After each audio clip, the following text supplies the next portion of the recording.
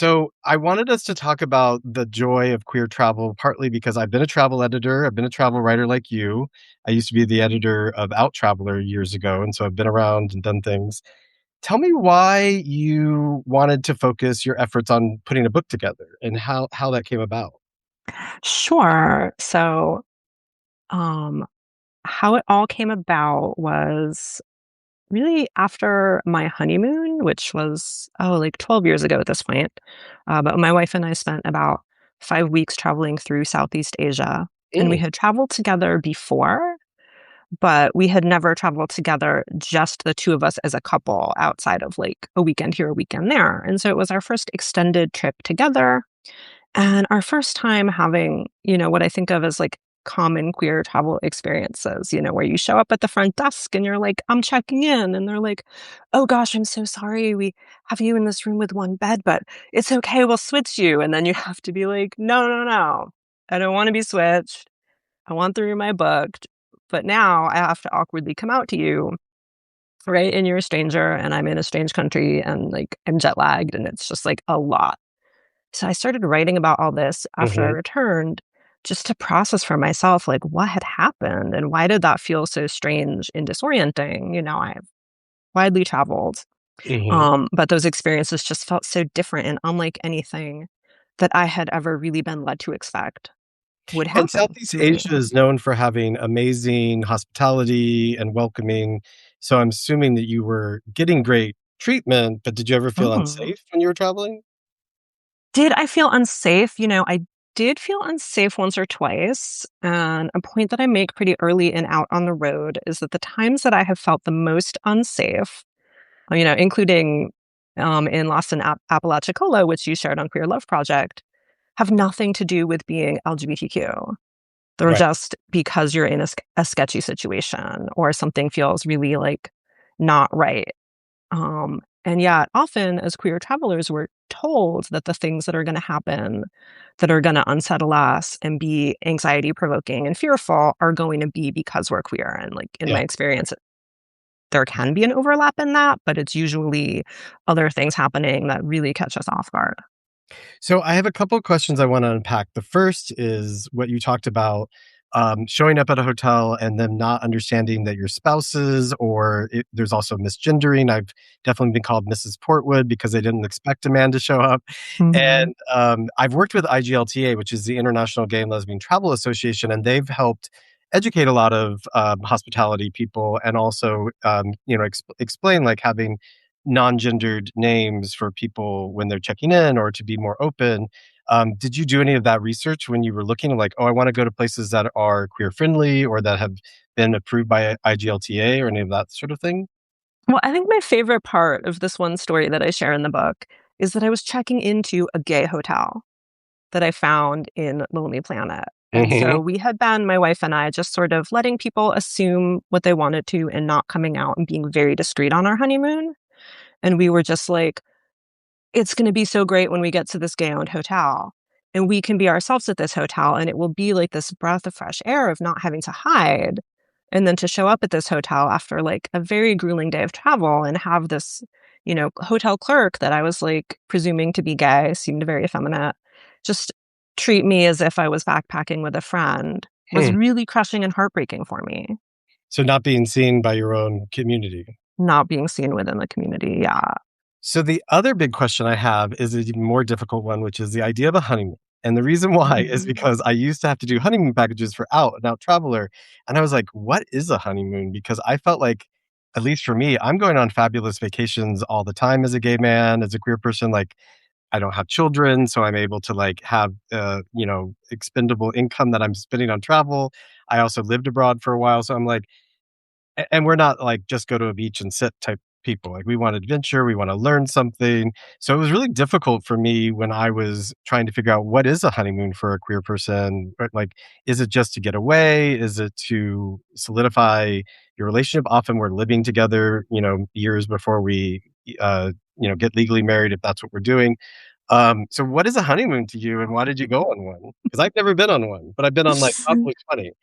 Oh my gosh, yeah. So I think like for my wife and I, right, like I'm a writer, she works for nonprofits, so both pretty broke, Yeah. right? So we were like, we can ask people to pay for us to take a big vacation, right? By calling it our honeymoon and by saying, like, oh, we're getting married and you can donate. We set Right, up right, right, through some third party site, like a honeymoon fund where people could right. donate for us to go and have these Which I love. adventures. I love that more than, like, "Get us some new plates."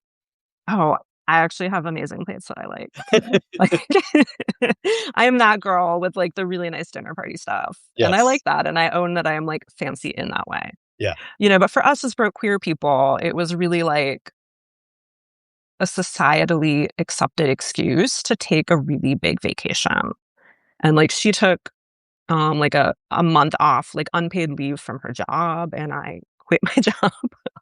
I had this terrible job. I write about that in Out on the Road as well, but I had this awful dead-end job that was never gonna go anywhere, and I was like, "Well, I'm just gonna stay here through the end of the summer and leave and quit, and then I'm gonna work for myself and figure that out, but, like, in the meantime, we're gonna, like, go on this adventure." And so like you, like, I'm not a resort person, I'm not a Mhm. beach person, I like adventure, I like new experiences, and so we really plan our honeymoon around the things that we like to do Yeah. and give ourselves a lot of freedom and flexibility to not be locked into like 5 days here, 5 days there, da da da. But we were very spontaneous and making arrangements as we went, which like I long for that kind of freedom a little bit. And I also think post pandemic, it's not available in the same way, like to have that level of ease. So for all those that have been joining us, I just want to reintroduce Lindsey Danis, who has we're talking about her book, Out on the Road: The Radical Joy of Queer Travel. And tell me about I mean, and I put in the chat, and for anybody who wants to, we published a essay, was an excerpt from it called Lost in Apalachicola. Let's talk about that essay in particular. Why did you want to share that one? And it's a camping story, and it's also a mixed, let's just say mixed gender, mixed sexuality story. So Mhm. tell us a little bit about what that was all about. Apalachicola, also tell people where that is. Sure. So Apalachicola is a national forest, I believe, in northern Florida, pretty close to Tallahassee. And it's part of the Florida Trail, which is a long distance hiking trail through the state of Florida. And it is basically some pine forests that are, harvested and a lot of swamps. Yes, a lot of swamps. Yeah. And some So, rednecks. what about the story would you like to know more about? Well, tell us about what goes down. And I mean, we were talking about feeling safe and unsafe, and that often happens when we're traveling. One, we want discovery, we want to challenge ourselves, but then also there are moments where we're like, should I be here? Have I made a Mhm. bad decision? Sure. Yeah, so this story is about the worst vacation I ever took, which I love these kind of stories. They're like my popcorn. Like Yeah, I'm here for everyone's awful experiences because it's so gripping and then I also think we can learn so much from them.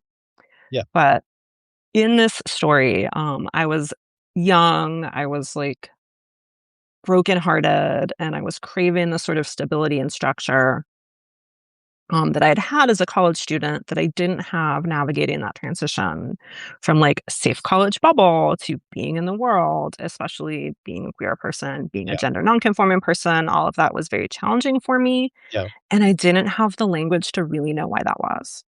Hmm. So I was like, oh, my friend's like going on this camping trip with people from our college. She and I had both graduated, but she was going and she invited me and I was like, "Why not? It's not like I have anything else going on in my life." And like it'll be really fun and it'll feel good and so much of my life feels bad right now. Right.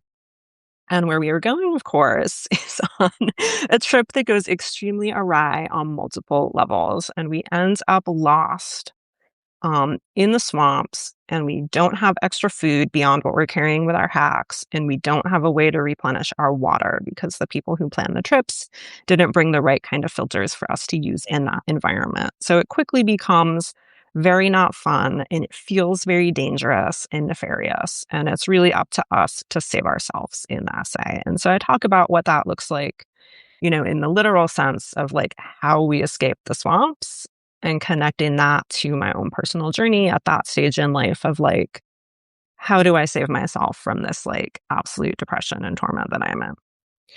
And I think that that's why it resonated with me is often I say the 2 biggest tests you can have in a relationship when you're exploring, whatever kind of relationship it is to travel together Mm. and deal with that stress or to move, like to move help somebody move or to move in with somebody, right? Those are like if those don't break you, then you're probably gonna be okay for a while.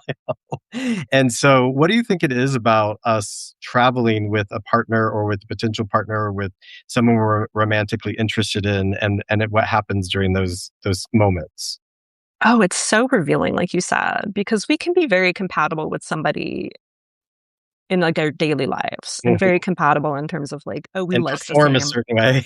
Yeah, the same kinds of foods we like, and we like to do the same things, and all of a sudden realize when we're traveling that, like, Like, our "There's no daily water." routines are not compatible. Yeah, Yeah, not even in, like, a scary situation like that, but, like, oh, they like to go, go, go, and I yeah, like to take it easy, right? And so they're dragging me around and they're upset that I wanna linger, or, yeah. like, If I somebody's wanna like an feel the ultimate things and they planner, wanna linger and, like, yeah. you know Yeah, I'm some very people you fortunate right now that my wife and I have, like, the same interests, the same style of travel where, like, even if I like something and she doesn't like it, she'll indulge me and vice versa, but, like, right, we're like, "Go. Good." good. Um, and that relationship did not work out in that story, correct? Yes. Yes, It did not work out. and that's okay. Yeah, I mean, right? Like, I like to think what is it? Dan Savage says that every relationship fails until one doesn't. Exactly. And I also like to think that whatever you experience in that one, hopefully you learn something to set you up for the next one so that you're a better person or you know something, right?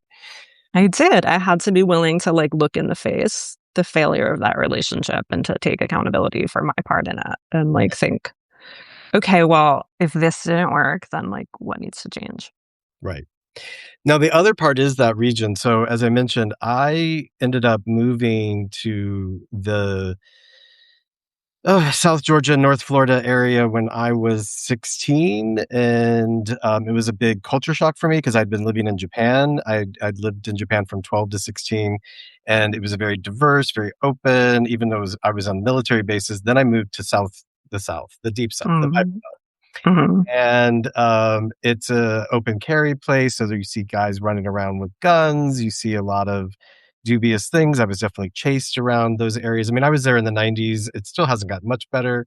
Um, so, did you ever think, like, "Why am I hanging out, in the panhandle of Florida, and, like, maybe I should go to some more welcoming place?" Well, what we were doing on this trip was kind of driving our way down Right. to different parts of the Florida Trail, and so we ended up eventually in Key West at the end of our trip. The Mecca. So yeah, so we were kinda hopping around a little bit here and there. So tell us about Key West, because I've been several times in my life, and I think it's the first place I ever saw 2 men holding hands. So I was a Mm, kid, and I remember not even knowing I was a queer kid, but knowing something when I saw these men holding hands. And every time I've been, I feel like it's a different place, and it's also mhm. weirdly this dropout capital of the country. Like, you meet people who are just like, "I came and I never left." Oh my gosh, yeah. I had that kind of experience in Hawaii recently. But similarly to you, the first time I went to Key West, I was a young person and I didn't know that I was queer. And I was raised in a very homogenous environment, where I'm sure there were queer people in or near my community, but I didn't know them. And so it was very shocking and startling to see representations of gay culture and see like gay people and really have been like so sheltered to, like have my mind blown in that way. So, what's your favorite thing about Key West? Oh my gosh. Wow. On my last trip to Key West, took a boat to Dry Tortugas National Park, Oh, cool. which is, for anyone listening who doesn't know, it is a fort that we built in the Caribbean, about 2 hours from Key West through some super rough water. So if you're seasick, it's probably not the journey for you. And just this beautiful fort with beautiful, like turquoise waters, and you can go snorkeling, and you can see turtles, and like just very peaceful. I was born in South Florida. My family and all my extended family are from there. So I have a complicated relationship with all of it. I love going to the Keys. I love being there for a minute, but then I want to get out because there's a sort of black hole quality for me as well. Like I don't want to get sucked into South Florida. Yeah, and I have, some family members from Florida, and there's, like it just reminds me of those people, Yeah. and the sort of dysfunctional relationships, in my family, like, with these people that, like oh, yeah, So, my aunt found religion and no mhm, longer speaks to us. right. So it's hard for me to be in Florida without thinking about that. Yeah. So let's talk. We talked a little bit about the domestic. I want to talk about the international some more because years ago, I got invited to go to India, and it was the first time they invited LGBTQ plus journalists to come because it Mhm. was finally legal to be gay there, and not we weren't going to be criminalized off the bat. It's gone back and forth many times. I have to check what it is at the moment, but and I got to meet the gay prince and all that kind of stuff. But it was interesting because the gender nonconforming people on our trip both liked it and didn't like it, and I know the lesbians on our trip did not always like it. Mhm. And the gender nonconforming person enjoyed it because they were able to get access to male, spaces because often there's gendered spaces in parts of Asia and also in some Muslim countries, and so they were able to go into spaces that were meant only for men, but, uh, they didn't know that what was happening. So, have Yeah. you had those kinds of experiences? I've had experiences of being misgendered, um, but I think I don't have the confidence to carry it off. Mm, Like, I would be afraid that somebody would realize that I wasn't really male and mm. hustle me out of there. So what do you feel about that? Have you written about that? I've written about, like, not that so much, but I have written about, um, the sort of trepidation entering women's spaces as Mm, someone who, like, assigned female at birth, identifies gender expansive, and people see me as female or male, and I don't really know what they're seeing me as. mhm. And so it can be difficult to go into a gendered space, like, the onsens in Japan, Yeah, and show up there and feel like, "Am I gonna be allowed to be here yeah. in the space?" Right? Like, is there a space for me? And certainly, like, for trans folks or gender nonconforming folks who don't wanna enter a binary space, there's not a great option. Yeah. There are some, like, private onsens that you could go to those, but it's separate, it's not the same community experience, and it costs more.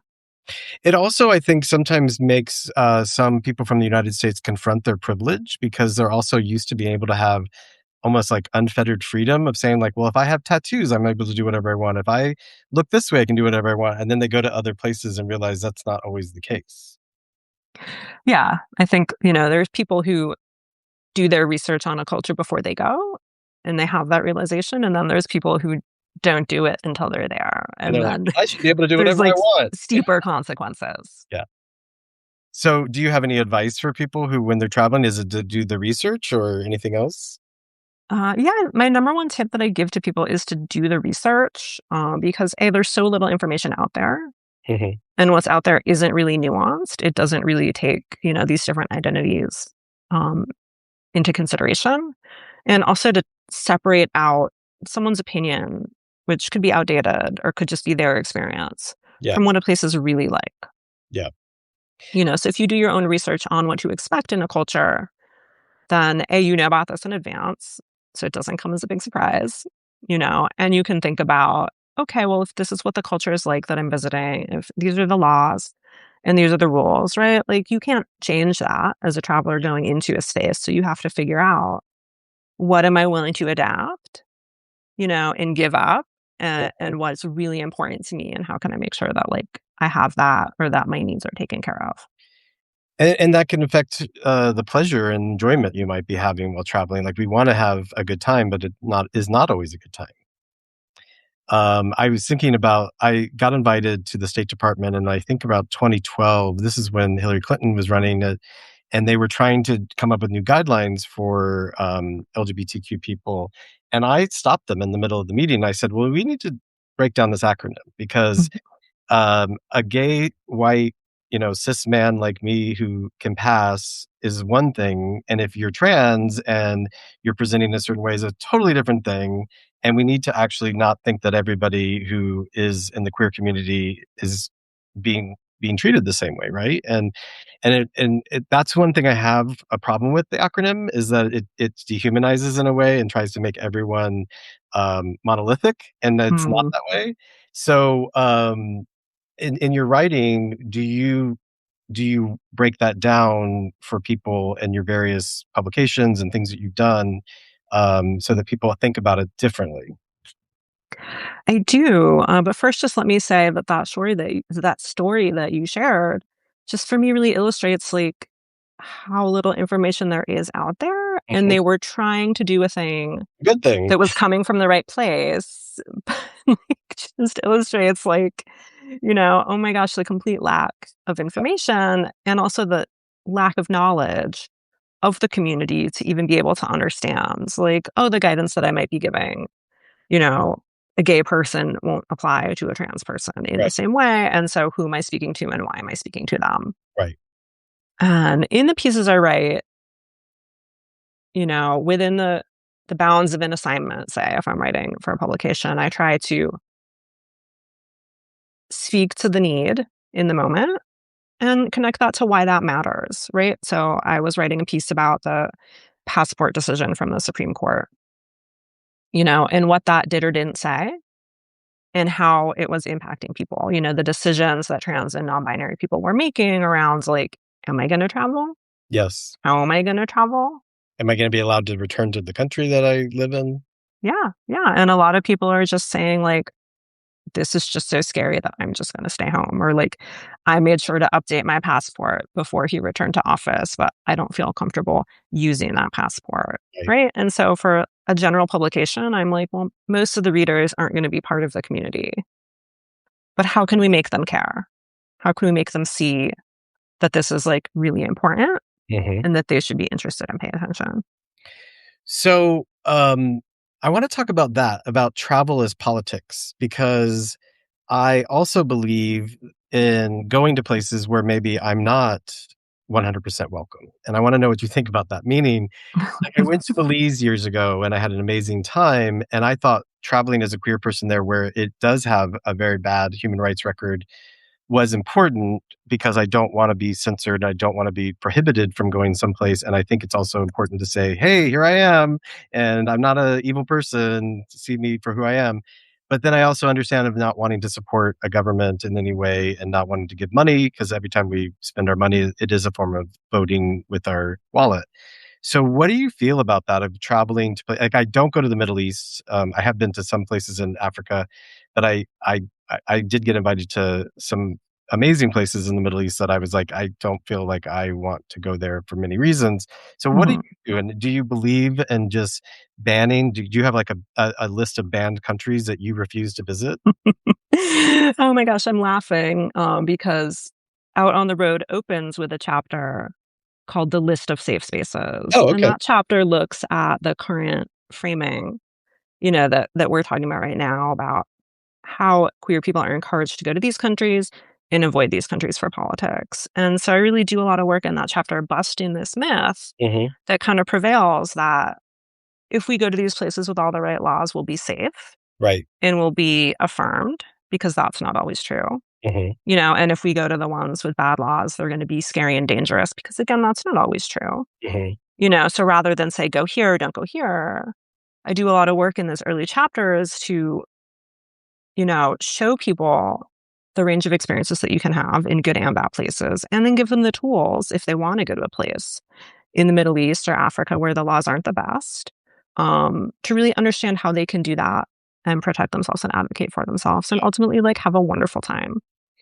And then you also have to make some personal decisions. So, for example, I traveled with a group of students to Central Asia a few years ago, and I was so excited to go to Uzbekistan.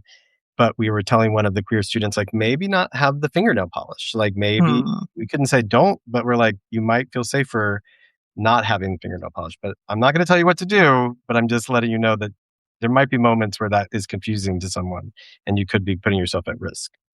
So what about that? Like when people feel like they're self-censoring or you kind of mentioned that as well of like deciding not to go into certain spaces, not because you aren't necessarily allowed, but you're being respectful or, want to, I don't know. How do you feel about that? Yeah, I go into that a lot in the book. How I feel about that personally, I think depends on where I'm going. Right. But for readers, I really break it down in terms of like, you know, you may want to change what you wear, how you present, your mannerisms, right? But all of that comes at a cost. Hmm. If I'm really trying to modulate my voice or if I'm making an effort to like dress more feminine, Hmm. that comes at like a psychic and emotional cost that I have to bear the whole time that I'm traveling. So, do I want to bear that cost? Right. Is it worth it for me? And it might be, right? And like these considerations are different too. If let's say you have family somewhere, right? And you want to go and visit your family, but that's not a safe and accepting place for you to go, then, right?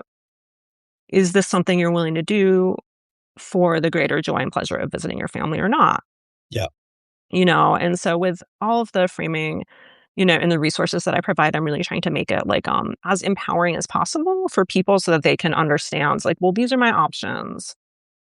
And even though I can't go everywhere in the world and be my authentic self, like I can still make choices and I Yeah. still have power and my dollars, you know, can reward or withhold from, a government or a system that supports or doesn't support me.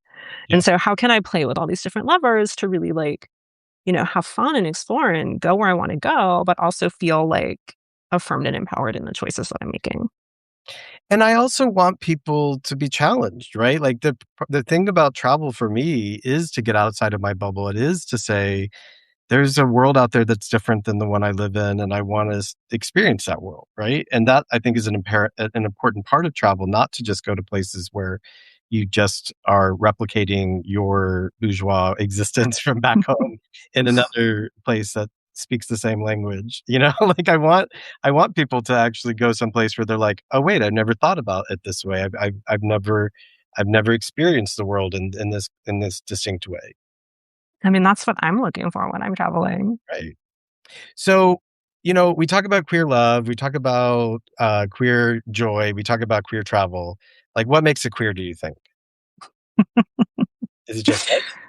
I think that we get to decide for ourselves what makes it queer. Um, and I think that when I was a younger person, I wanted that guidance. Like I wanted the label. I wanted to know, like, please give me the list, right? Give me the gay agenda. Give me the list of experiences that are queer, that make something queer, so that then, like, like I can do it and I can participate, right? Like, because I'm not a joiner as a person. Like, I'm an only child. I kind of do things my own way. That's why I work for myself. That's why I'm a writer, right? But I really wanted like the list to belong, to demonstrate my belonging, and like getting older. I think I've had that realization of like, really what it is like, in part it's a mindset thing. In part it's like the ability that so many of us share of like questioning Mhm. and rethinking and like just not taking the easy answers, wanting to push those boundaries, whether in the world and what we're seeing or like, how we live our lives. Right. And so that became a lens that I could apply to whatever I'm doing, right? Like, am I having a queer vacation? Like sitting here in this tea house having tea with my wife? Like, yes, I am. And it's not just because like anyone looking at us would think we're like a lesbian couple. It's like, right, like my approach to planning the whole trip. Mhm. So you mentioned lists, and I didn't prep you on this, but I'm curious, what are your top 3 or 5 favorite trips or vacations or travel destinations? And it could be because of the experience or the Okay. location. Okay. Let me see. Well, I always love P Town. Okay. I still have When never I lived been. in Boston, I would go there every single year. I have never been, and I live in Boston part-time. So if Oh, anybody wants to invite me to Provincetown, I'm ready. you have to go. Oh my gosh. I also just found out I didn't get into the writing residency there that I. Oh, the Fine Arts Work Center. Yeah, yeah, so that was where it was gonna be my excuse to finally go. Ugh, I know. I'm like, yes. Can somebody pay me to go to P Town? Alright, so Mm. P-Town, so we have gay Mecca destination, one of the utopias on the planet. Yeah, I used to live in San Francisco, and that is Yeah. always like, I will take any excuse to go there. Even these days. Yeah. Okay, good. For a while, it got very tech bro-y, and when I went, I was sad. Mhm. But I think it's recapturing some of its spirit. So, My favorite place outside of it is Guerneville. I went years ago, and the redwoods just really spoke to me, and mhm. I know that there's issues there with, like, substance abuse stuff and everything, but I just thought it was I incredible. So, Yeah, yeah, I get up there as well. yeah, Guerneville, Healdsburg, like, yeah. those places are kinda my jam, but, like, shifting gears outside the US, I loved Japan, Mhm. and I wanna just shout that out because even though, like, Japanese culture has, like, sort of the conservative gender roles, and that can feel like, "Oh gosh, is it okay for me to be there?" Like, it was such a pleasant place to visit, and, like, there was a natural acceptance where, like, I just felt welcomed wherever I went, Right. right? I think because of the culture and the hospitality and the warmth and, like, nobody was gonna challenge me as a foreigner. Yeah. So So that was amazing. where Let's see. specifically in Japan? Was it, like, Kyoto or someplace off the beaten path? Oh, we traveled around for a month. We got, like, a Japan Rail pass and just, based That's what ourselves I in want. Tokyo, Kyoto, Osaka. We did some hiking. We went to Hiroshima, like I haven't been back as an adult. I grew up in Okinawa, Japan, in the South Pacific, but or in the Pacific, and I've been to Tokyo, but never been as an adult, so I need to go back. yeah, you have to go back. Let's see. I had an amazing vacation in the south of France a couple years ago. Another lovely one, driving all around Provence, spending time in Marseille. I still have never done that. It's I just, like, very dreamy. and the French are very nice these days. Like, the last time I was in Paris, they were so nice. They're nicer, and they speak English now. I know, right? They always spoke Yeah, English, but now they speak it to us. yeah, and I have been really, like, I think I have, like, a 900-day streak in Duolingo with my French, so, like, I'm really making an effort because I want to be able to communicate in French, but it's also, like, much more relaxed now because we don't have to. Well, it sounds like we have to get you to Latin America because 'cause you're missing out. I just went to the Galapagos in December. Nice. And how was that? Oh my gosh, like, if anyone listening to this is an animal lover, like, just go to the Galapagos, like, I got to have every animal experience that I ever would have wanted to have and then some, and it wasn't forced. Yeah. The animals were, like, getting up in my face, coming up to me. And so that meant you traveled through Ecuador to get there? Yes. Yeah. We traveled through Guayaquil. Mhm. Because I earlier this year re-binged all of Schitt's Creek, I always think of that, TV show with the Galapagos because that's where Ted ends up at the end. But anyway, I would like to do that, but yeah, I just got back, as I said, from Mexico City, and it's one of my favorite cities and one of my places of all time. So we need to get you there because it's amazing. Yeah, yeah, I would love to go there. Yeah. The weirdest thing that happened, to go back to when you decide to make certain decisions. So I finally, for years, had wanted to go to Xochimilco, which is this area with canals. It's kind of like a place where they have these boats where you get on and there's music and people go and get drunk if you go to the wrong places. It can be really rowdy. Anyway, our friends who are locals brought us to a nice area of Xochimilco. And but our guy who was in charge of the boat um, started talking about Maricones, and I knew what he was saying, and Mhm. I just decided I'm going to ignore you right now and not say anything, and also maybe you don't even realize that there are two uh, gays on your boat, and that you're not appreciating. And everybody spoke Spanish, and he thought he was being funny, I think, but I was just like, I decided we're not going to have a confrontation. We're just going to have a good time, and I'm going to ignore everything he's saying right now. So Yeah, there are those moments where, but I do think what you said at the top of our conversation about it's about coming out all the time, and when you travel, you have to make those decisions. And even here in South Tennessee, where I am in Chattanooga today, I was at a park this morning with my brother and nephew and niece, and the mom, a grandma of someone, she wasn't saying anything, but I just mentioned, "Oh, yeah, I'm gonna be back here next month with my husband." And I just saw the double take, and I thought, "But mhm. that's important, just so she knows, like, yep, I'm here. I guess I can say it. I'm here, I'm queer." And I'm not going anywhere. Exactly. So I think those are Yeah. interesting political moments and decisions to make, but everyone has to make them when and how and why, and it isn't, one size fits all. Yeah, and I challenge myself to come out, to make those decisions when it feels like it's okay to do that. Like, I wouldn't do it and put myself at risk. But I think there's an assumption, like, if we just fly under the radar, we'll be safe. Mhm. And I think the importance of questioning that is that we get to experience that we can also take up space and be safe. And we can bring the queer joy to the places we're going. It's not just us having it, it's also bringing it. Yeah, yeah. So And I'm maybe she's excited because she knows other gay people, I'm and she's sure she gonna went set back you up and it on a fun became a date. story, and it became a whole thing. "Oh, you would never know what's happened today at the park." Yeah, there's a really beautiful story that I share in Out on the Road, from a trans man that I interviewed who went to visit a small town in the Ozarks, and he was looking for the cemetery, to visit his dead husband's grave, Mm, and came across a local, was asking directions to the cemetery, and the local was like, "Well, I know everyone in here. Whose grave are you looking for? I'll show you."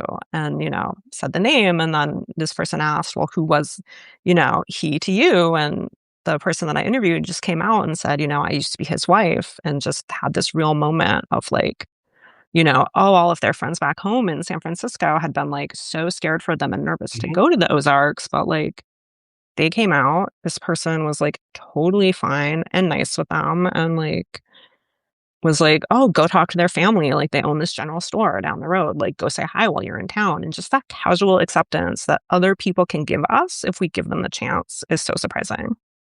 I love that too, and I do think that different people show love in different ways, and I'm not just talking about the love language idea, but I was interviewing, a queer couple who owns a wedding destination in rural Kentucky, and they had done a pop-up wedding where they married about 20 people in a day in this place in Kentucky, and they said one of their neighbors, who's a bit conservative but was very protective of them, said, "You know what? I'm going to stay here at the end of your driveway while you guys are doing these queer weddings." And he had his gun. And she was like, "That's how he showed love, is that he's going to protect us with his gun at the end of the driveway." And there was something really charming and really sweet about that. I still haven't published that story, so I'm glad that I just remembered that I need to work on that. But, but it was a really interesting moment because I think, especially as someone who identifies as a Southerner, even though I don't have deep roots here, I can see the different ways that people show their love and compassion and empathy, and it's not always the way that we expect. Yeah, and I think those stories are really important because so much in the US gets stereotyped and flattened in these very reductive ways. Well, that's what I tell people. Get off your phone and go travel, go visit people, and you'll see that there are decent people out in the world. So, Yeah, yeah. well, I just want to thank you for joining me. And for all those who don't know, Lindsay Danis's book, Out on the Road, is out soon. It's about the radical joy of queer travel. I will drop it here in the chat for anyone who wants to take a look at the essay that we published this week at the Queer Love Project. And if you're listening to this somewhere and you're not already a subscriber to the Queer Love Project, you can find us on Substack. It's a platform where we share stories about how we put ourselves together, however you define that. And this has been such a great time to talk. So thanks, Lindsay. Yeah, thank you so much. And thank you everyone for joining. Bye. Bye.